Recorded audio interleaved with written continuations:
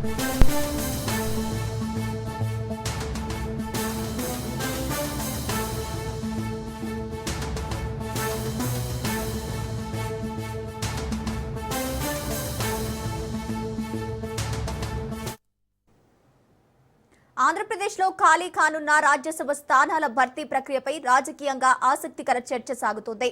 కూటమి పార్టీల మధ్య జరిగిన అవగాహన ప్రకారం 4 స్థానాల్లో 3 సీట్లు టీడీపీకి, 1 సీటు జనసేనకు కేటాయించనున్నట్లు తెలుస్తోంది.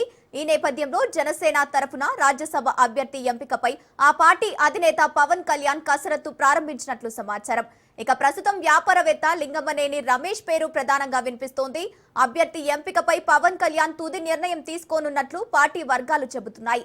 జనసేన ఆవిర్భావం తర్వాత తొలిసారిగా రాజ్యసభలో అడుగు పెట్టబోతుండటం ప్రత్యేక ప్రాధాన్యత సంతరించుకుంది.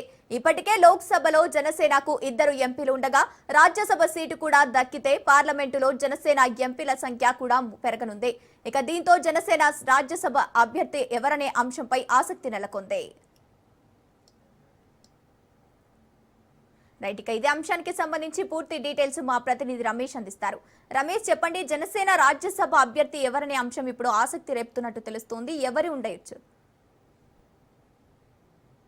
ఆంధ్రప్రదేశ్ లో మొత్తం 4 రాజ్యసభ స్థానాలు ఖాళీ అవుతూ ఉన్నాయి. వైఎస్ఆర్ కాంగ్రెస్ పార్టీకి సంబంధించినటువంటి 3 రాజ్యసభ సభ్యులు, అదేవిధంగా తెలుగుదేశం పార్టీకి సంబంధించినటువంటి 3 సభ్యులు, తెలుగుదేశం పార్టీకి సంబంధించి 1 సభ్యుడు, ఈ 4 స్థానాలు కూడా ఖాళీ అవుతున్నటువంటి నేపథ్యంలో ఈ 4 స్థానాలను కూడా అధికార టీడీపీ కూటమి దక్కించుకునే అవకాశం ఉంది. ఈ నేపథ్యంలోనే ఇప్పటికే టీడీపీ, బీజేపీ, జనసేన నేతలు నిన్న సమావేశమయ్యారు. ఈ సమావేశంలో వచ్చే రాజ్యసభ సీట్లలో 3 టీడీపీకి ఇవ్వాలని నిర్ణయం తీసుకోవడం జరిగింది. అదేవిధంగా జనసేన పార్టీ 1 రాజ్యసభ సీటు తీసుకోవాలని కూడా నిర్ణయించినటువంటి పరిస్థితి కూడా ఉంది. ఈ నేపథ్యంలో జనసేన నుంచి ఎవరు రాజ్యసభ పదవి వరించబోతుందనేది కూడా కొంత ఆసక్తిగా మారింది. పవన్ కళ్యాణ్ పార్టీ ఆవిర్భావం నుంచి అనేక మంది నేతలు జనసేన పార్టీని బలోపేతం చేయడానికి కృషి చేసినటువంటి పరిస్థితి కూడా ఉంది. మరోవైపు గత ఎన్నికల్లో జనసేన పార్టీ కేవలం 21 స్థానాలకే పోటీ చేసినటువంటి నేపథ్యంలో చాలా నియోజకవర్గాల్లో ఆశావాహులు ఎవరైతే ఉన్నారో వారందరూ కూడా తమ టికెట్లను కూడా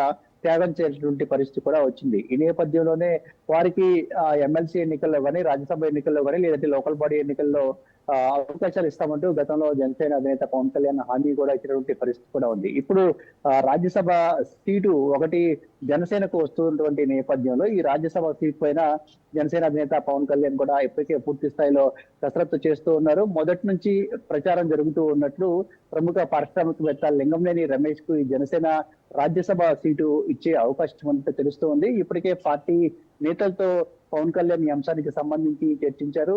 లింగమనేని రమేష్ పేరును దాదాపుగా ఖరారు చేసినట్టు కూడా తెలుస్తోంది. దీనికి సంబంధించి అధికారికంగా ఈ రోజు ఒక ప్రకటన చేసే అవకాశం ఉన్నట్లు జనసేన పార్టీ వర్గాలు కూడా చెప్తూ ఉన్నాయి.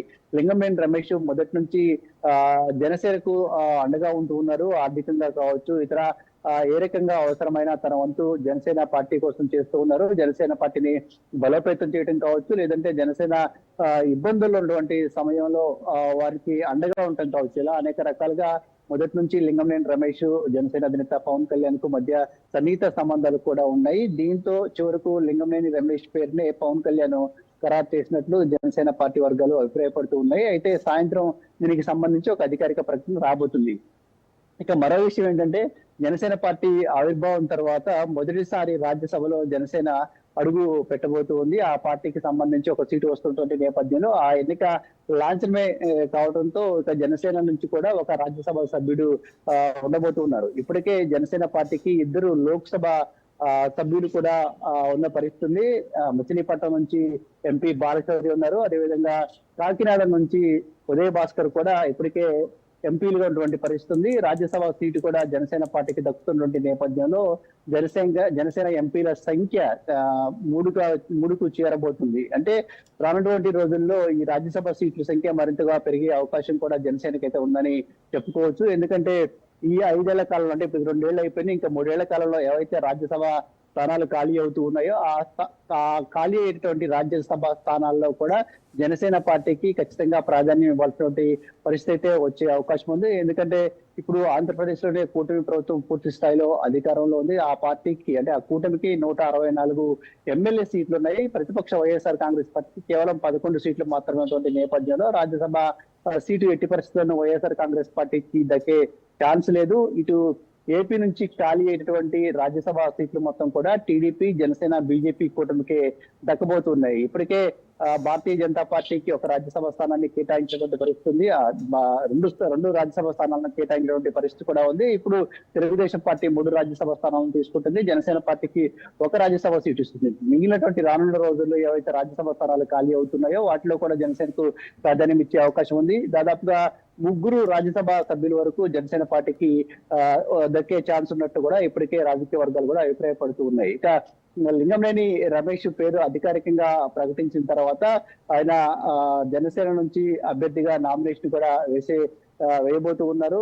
ఆయన ఎన్నిక కూడా ఏకగ్రీవం కూడా కాబోతుంది. మొత్తంగా చూస్తే మాత్రం ఈ రాజ్యసభ స్థానాలకు సంబంధించి అటు తెలుగుదేశం పార్టీలో కొంత తర్జన భర్జనలు జరుగుతున్నాయి. ఎవరికి ఇవ్వాలి ఏంటి అనేది అక్కడ పోటీ కూడా ఎక్కువ ఉంది. కానీ జనసేన పార్టీకి వచ్చేసరికి చూస్తే మాత్రం లింగంనేని రమేష్ పేరే మొదటి నుంచి రాజ్యసభ రేసులో వినిపిస్తూ ఉంది. చాలా మంది ఆశావాహులు ఉన్నారు. మధ్యలో కొంతమంది పేర్లు కూడా వినిపించే సినిమా రంగానికి సంబంధించి, రాజకీయ రంగానికి సంబంధించి. కానీ వారందరినీ కూడా పక్కన పెట్టి లింగంనేని రమేష్ కి రాజ్యసభ సీటు ఖరారు చేసినట్లయితే జనసేన పార్టీ వర్గాలు చెప్తూ ఉన్నాయి.